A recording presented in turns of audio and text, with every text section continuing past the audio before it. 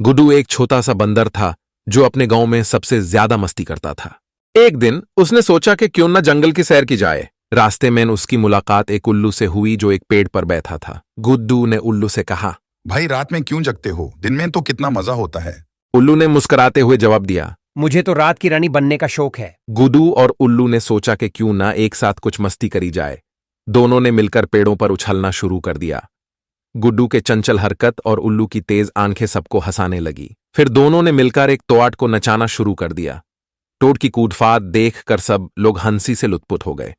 गुड्डू और उल्लू की दोस्ती सबके लिए एक हंसने की बात बन गई। अमित एक छोटा सा दुकानदार था जो अपने दुकान में पुरानी चीजें बेचता था। उसकी दुकान में पुराने सामान के अलावा एक पुरानी घड़ी भी थी। अमित उस घड़ी को बेचने की कोशिश कर रहा था, लेकिन कोई भी उस पुरानी घड़ी में दिलचस्पी नहीं ले रहा था। एक दिन एक अजीब शख्स अमित की दुकान में आया। उसने पुरानी घड़ी को देखा और कहा कि उस घड़ी में एक राज है।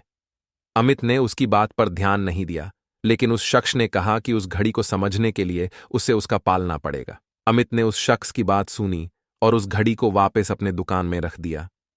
उसने रात को उस घड़ी को लगा दिया और सो गया।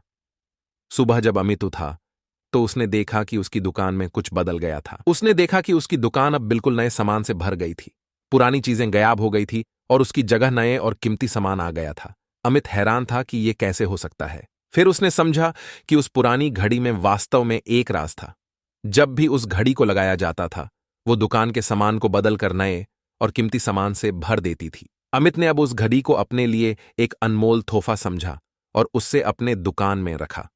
उसने अपने पुराने सामान को बेचना बैंड कर दिया और नए और कीमती सामान से अपनी दुकान चलाने लगा। इस तरह से एक पुरानी घड़ी के राज ने अमित की जिंदगी को बदल दिया और उसकी दुकान को समृद्ध बना दिया।